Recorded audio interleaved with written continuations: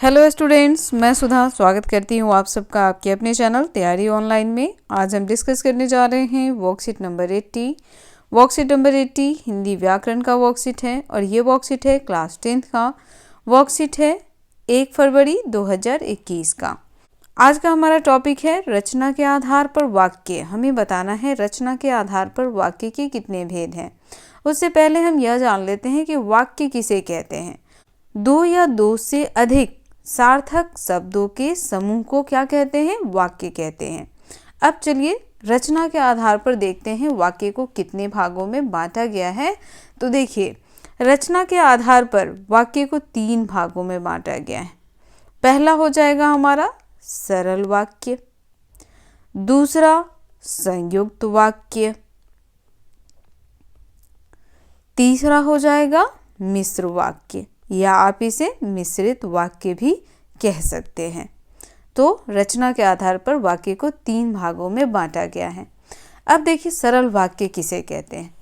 जिस वाक्य में एक ही विधेय हो उसे क्या कहते हैं? सरल वाक्य कहते हैं। अब जैसे उदाहरण के तौर पर देख लीजिए, मुकेश पढ़ता है।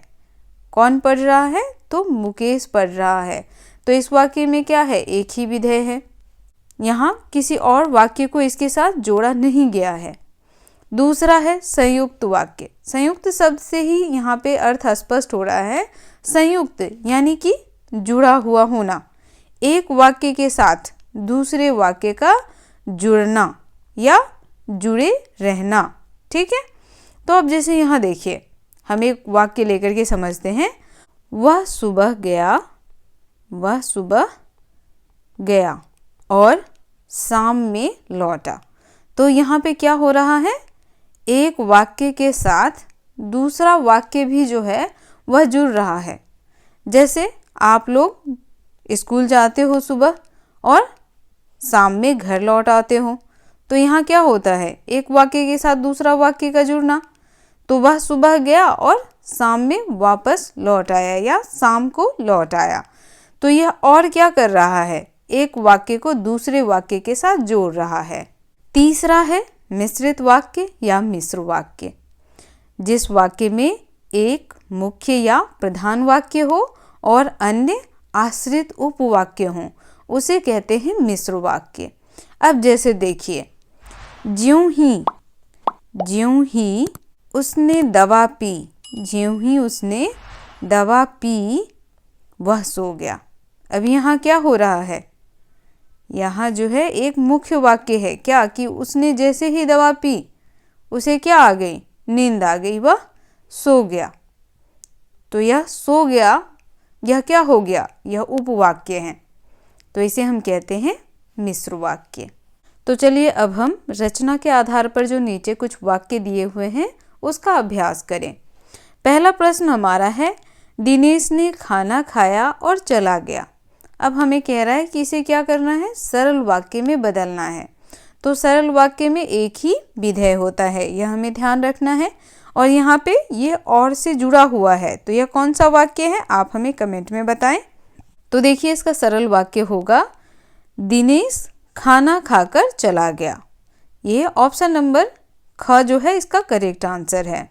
दूसरा प्रश्न हमारा है, उसके आते ही तुम छिप जाना। क्या कहा जा रहा है? उसके आते ही तुम क्या हो जाना? छिप जाना। अब हमें क्या करना है? मिश्र वाक्य में इसे बदलना है। तो हम इसे कैसे बदलेंगे?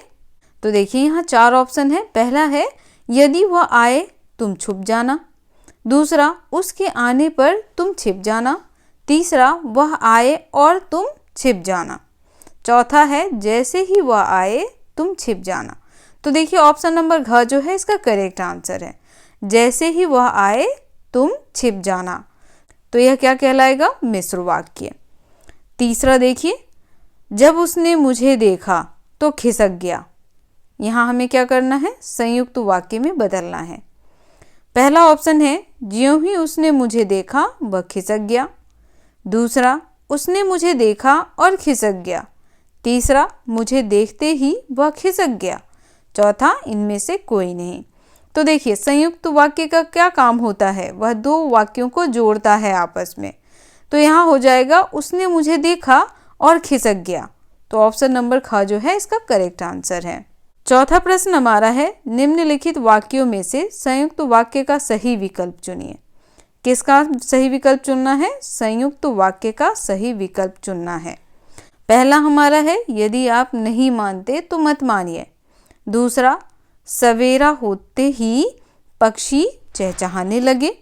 तीसरा है, मैं दुकान जाऊंगा और फल लाऊंगा। चौथा, इनमें से कोई नहीं। तो देखिए, संयुक्त वाक्य के बारे में तो आप जानते ही हैं, यह दो वाक्यों को जोड़ता है, तो ग हमारा करेक्ट आंसर होगा मैं दुकान जाऊंगा और क्या करूंगा? फल लाऊंगा। तो यहाँ और क्या कर रहा है? दो वाक्यों को जोड़ रहा है। पांचवा हमारा है, रुपेश बाजार गया, वहां से सेब लाया। इस वाक्य का संयुक्त वाक्य में रूपांतरण होगा। कैसे होगा यह हमें बताना है।